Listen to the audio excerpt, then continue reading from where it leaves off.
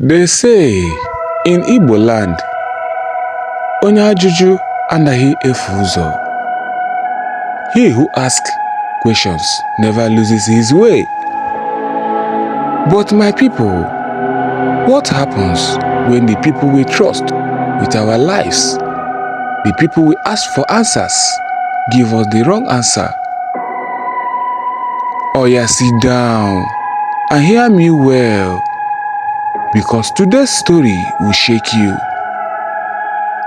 This is the story of how a simple sickness, an ordinary fever, turned into tragedy in the busy city of Lagos. Lagos, the city that never sleeps. Cars honking like mad people, danfo drivers shouting, hawkers running with gala and pure water. Everybody in a hurry. Inside these cars, there are hospitals, overcrowded, underfunded, yet filled with people desperate for help. Nurses rushing up and down, doctors trying to see 10 patients at once, patients crying, "Sister, sister, help me oh." And in one of these hospitals, my people, something happened that will never leave the memory of the Okoro family. Mr. Okoro, a hard-working man, he was not rich, but he had pride in his sweat. A civil servant, always leaving the house early with his shirt neatly ironed, even if his pocket was not deep. And then, the joy of their life, Emeka, their only child. Emeka was 8 years old, bright, playful, the kind of child that made neighbors laugh. If you ask him, "Emeka, what did you want to be?" he will say, "I want to be a doctor, so I can treat mommy and daddy for free." Ah, my people, little did anyone know that a doctor's prescription will one day end his short journey. It started like play. Emeka came home from school one afternoon and told his mother, "Mommy, my body dey hurt small small." Mrs. Okoro touched his forehead. You are warm." She gave him paracetamol and told him to rest. By evening, Emeka was sweating. His small body was shaking. Mommy, my head dey pain me." She panicked. She called her husband. "Papa Emeka, this boy no dey fine oh. Make we carry am go hospital." That was how, the next morning, in the middle of Lagos traffic, the Okoro family carried their beloved son to the hospital. My people, at this point, what did you think? If your child gets ordinary fever, will you rush to hospital or treat at home first? Drop your thoughts. The hospital was full. You could smell antiseptic mixed with sweat and tears. Nurses rushed around with files. Patients sat on benches waiting. Babies cried. Old men groaned. The Okoros joined the line. After 2 hours, a nurse finally attended to them.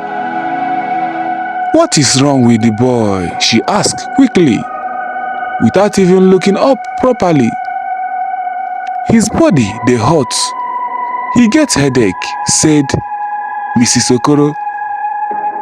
The nurse grumbled, handed them a card, and directed them to the lab.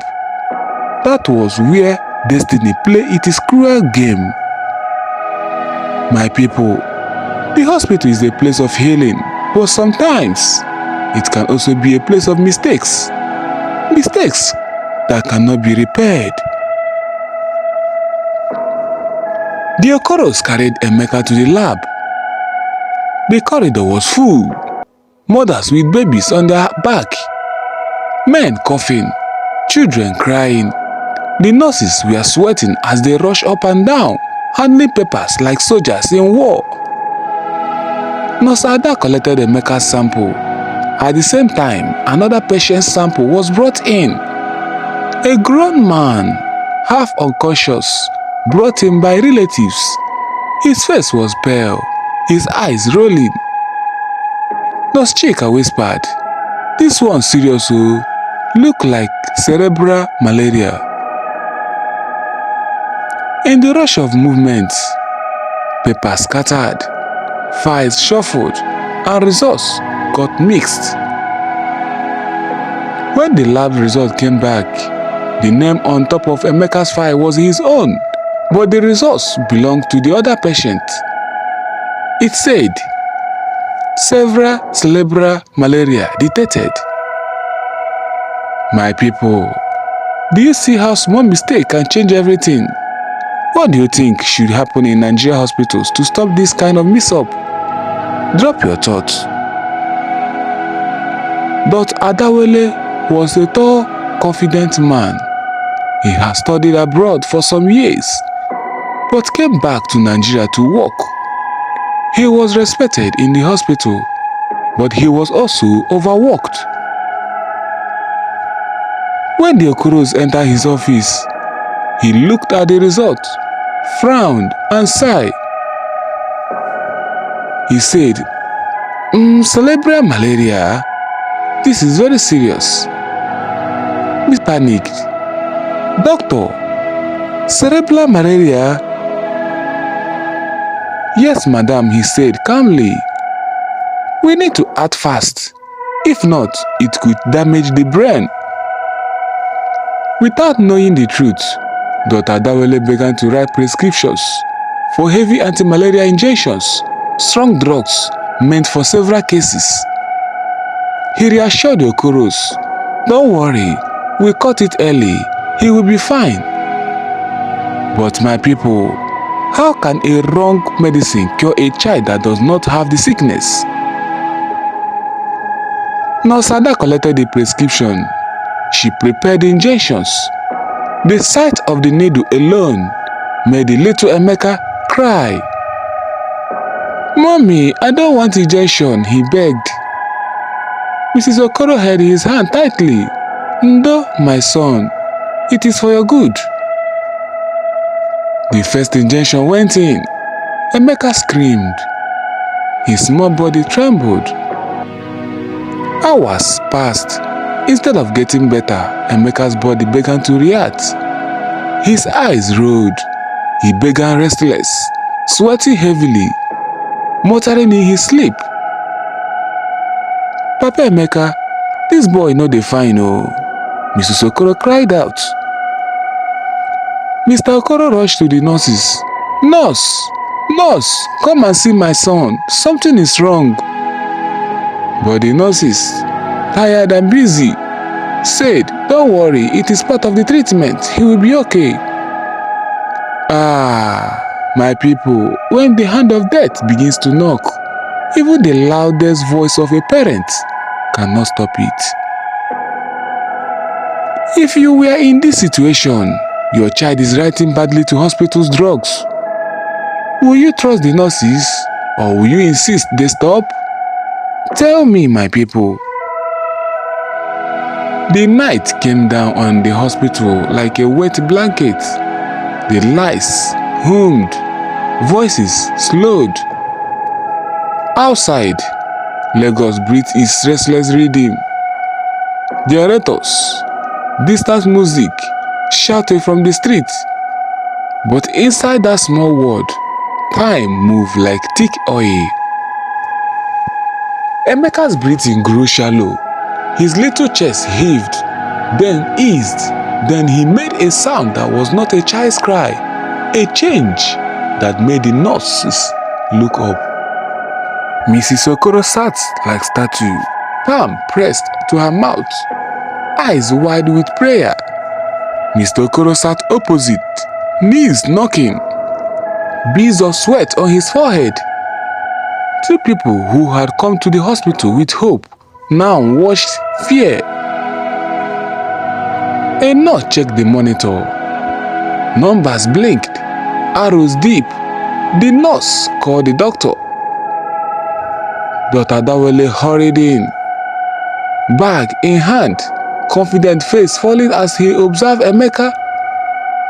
He listened to the chest, checked the IV, scanned the file again. The heavy anti-malarias, those drugs for cerebral malaria, had been given in a dosing schedule that would be normal for an adult battled by malaria. But Emeka was small. His liver and kidneys were delicate, the drugs strong and very specific. Coerced through his system. "Bring the crash cart!" someone shouted. There was frantic movement now. Nurses pulling, doctors shouting medical terms. But my people, when a child's life starts slipping, even the best frantic hands sometimes arrive too late. Emeka's eyes fluttered. He reached with his little hand for his mother's finger. She grabbed it with both hands and sobbed, my son," as if squeezing could hold him to the world. Then slowly, mercifully, painfully, Emeka went still. Silence fell like a heavy cloth. The machines beeped into a different rhythm, one that said the fight was over. Nurses stepped back. Dr. Dawele removed his glasses and bowed his head. Mrs. Okoro collapsed, hitting the floor with a wail that tore through the world. Mr. Okoro shouted his name, then folded into himself, a man who had lost the bedrock of his life. Outside the ward, patients stopped talking. The news spread in whispers. A child died, and then, like oil on water, it reached the streets. If you hear that a child dies in the hospital after treatment, what runs through your mind first? Blame, sorrow, or questions? Tell me in the comments, and don't stop asking. The hospital went into its own kind of storm. The administration arrived, faces pressed with concern and calculation. In the meeting room, voices were low, then sharp. Hospital administrator, coup officials. We must investigate, calm the family, express condolences, offer support, as they said. Head of medical defensive said, we followed procedure. Doctor acted on lab results. But the lab assistant, a young man who had been on duty that day, sat in the corner and chewed his lip until his jaw hurt. Nurse Ada, who had drawn Emeka's sample, a nurse Chika, who had been talking to relatives about the other patient, both sat like two birds caught in a net. Nurse Ada's hand trembled as she repeated, I signed the label. I thought I put the right tag. But everybody they rushed that day. Nurse Chika's eyes were hollow. We had two critical patients at the same time. The files mixed. I thought I had corrected it. The hospital tried to move gently to keep rumor from becoming a headline. They gave the Okoros a condolence letter and offered to cover funeral expenses.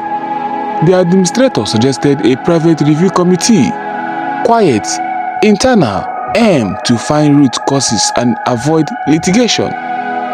But Mr. Okoro wasn't interested in hush money or quiet probes. He wanted truth.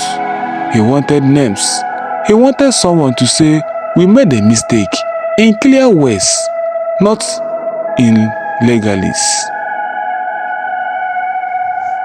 Which result he demanded one afternoon, standing like a man at the crossroads. Who signed?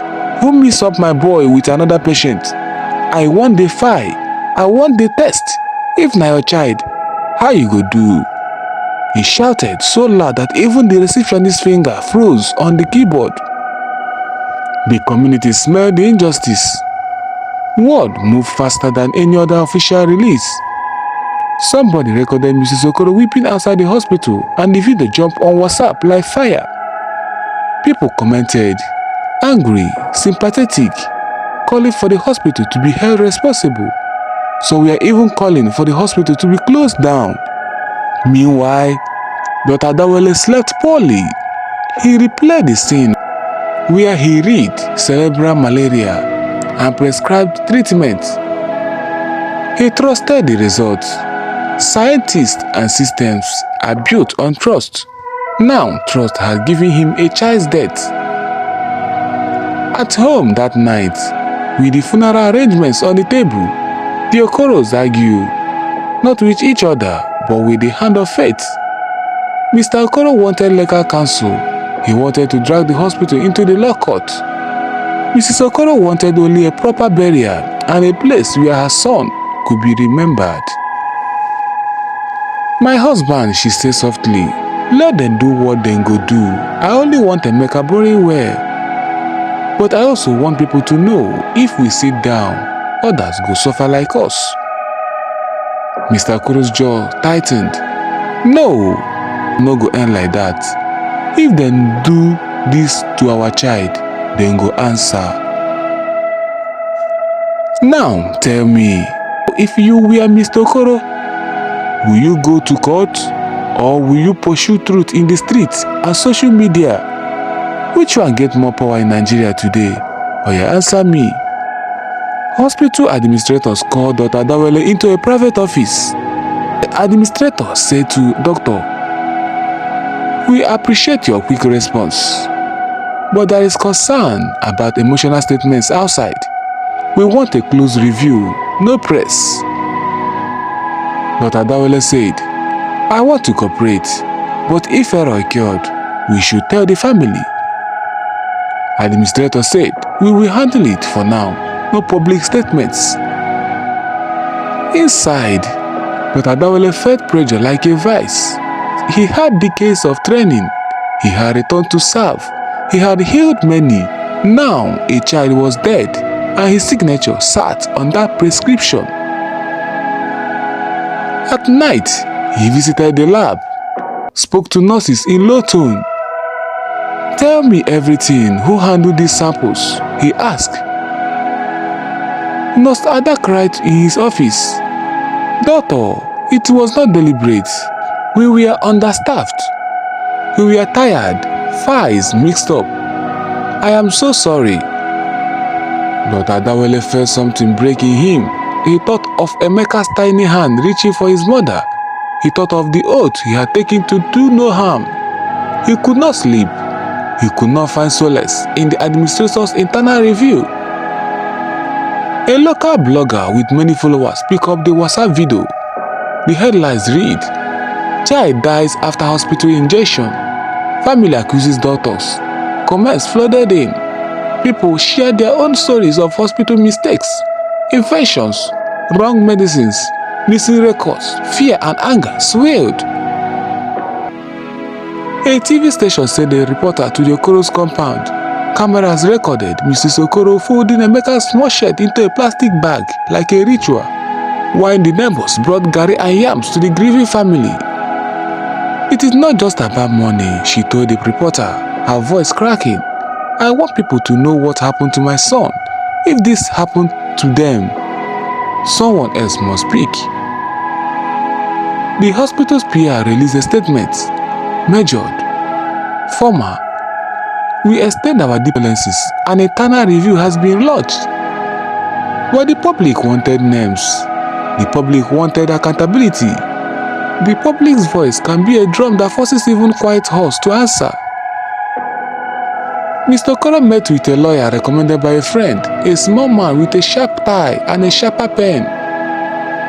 Lawyer, we can file for wrongful death and medical negligence, but in Nigeria, these cases take time. Evidence must be airtight. Hospital records, witness statements, chain of custody for lab samples. We need all. Mr. Okoro's hand were steady. Do it, I don't care how long. I will not let my child's life become a number. But law is expensive. The lawyer asked for a retainer. The Okoros sold a parcel of land, their safety net, to fund the case. Their neighbors mourned the land sale like another loss. But they said, if this prevents another child from dying, we will help. The hospital, meanwhile, hired counsels of its own. Their lawyers mailed requests, delayed some documents, demanded privacy for staff. The Tana review pushed back publicly. Preliminary analysis shows discrepancies in workflow. We are improving patient identification protocols. But the improvement after the event fed cold to the Okoros. A proverb floated in Mrs. Okoro's mind. Ala nke nwa nwụrụ anwụ, ala ya na-akpọ ha. The land of a child is gone calls out for them. The need to remember, to claim justice. Who should be held most responsible when medical mistakes kill? The overworked nurse, the doctor who prescribes, or the hospital system that allowed the overload? I want your opinion below. Court dates came and went. The legal part was long and bruising. Witnesses were interviewed. The lab assistants admitted on record that the samples had been mixed. Nurse Ada and Nurse Chika both testified, tearful about the busy shift and the mislabeling. But Adawale testified that he relied on the lab result in good faith. The judge listened. The judge's face remained unreadable. After months, a judgment, partial acceptance of negligence. The hospital was found to have breached duty by failing to maintain adequate sample handling and staff levels. The hospital was ordered to pay compensation and to reform processes. But here is the truth, my people. Money cannot bring Emeka back. Compensation can help the family survive. Reform can prevent future mistakes. But the scar, the emptiness in the Okoro home, was a wound that no paper can bind. The hospital, under the glare of news and court, implemented changes. They started patients' ID bands with barcodes. They limited simultaneous critical sample processing to prevent mix-up. They hired an additional lab technician. They ran training sessions. The administrators gave interviews about accountability. Nurse Ada left the job after the case, could not bear the memory. Nurse Chika took a leave, then returned. Her laughter quieted. But Adawale resigned his managerial role and started volunteering at a community clinic away from the big hospital lights. He carried the memory like a shadow that followed his footsteps. Mr. Okoro used the compensation to build a small kiosk by the road, selling akara and bread. He wanted work, a way to breathe again. Mrs. Okoro organized a small foundation in Emeka's name, a fund to help poor families pay for proper lab tests and second opinions. She named it Emeka Care. It was small, but it kept his name alive, and the neighbors came to contribute. Time softened the raw edges, but the story of Emeka became a warning. Mothers began asking for labs IDs. Parents demanded to see results, and the hospital's new protocols reduced sample errors. Social media groups held teachings on patient rights and how to challenge hospitals. At a community meeting, the chairman said, "We cannot bring back Emeka, but we must turn his pain into change." People nodded, some with tears still fresh. An Igbo proverb was quoted that day. Ewu nwụrụ n'ọhịa na-esi oke isi, mana oke isi ya mere ajụwa ese ihe na-esi. The goat that dies in the bush smells strong. The memory of the lost lingers. Emeka's death lingered, and it compelled change. If you watch this story, remember, always ask questions. Always ask for test labels. Ask for clarity. When it is your child or your parents, don't be shy to speak. What will you do differently after this story? My people, this story is heavy because it is true in many ways. In our cities, where hospitals are daily battlegrounds between life and death, small errors magnify into tragedies. If there is one thing I beg of you, when you enter a hospital, ask for the name on the text. Ask who handled the sample. Ask for an explanation of the results. And do not be afraid to seek a second opinion. Medicine is a science and a craft. It must be handled with humility and checks. Emeka's story is not to make you live in fear, but to wake you in vigilance and to remind our hospitals and our leaders, systems must protect life. And when they fail, truth must be louder than silence. That is how it is, my dear people. Remember, life is too precious to be wasted by mistakes and errors. Stay well always and stay safe. Till next time, I remain your storyteller, Oscar. Subscribe and stay tuned to this channel, because next story I will bring to you will shock you past this one. Maka na asị na akụkọ bụ ndụ, ndụ bụkwa akụkọ. Story is life, and life itself is a story. Ka ọ dị mgbe ọzọ.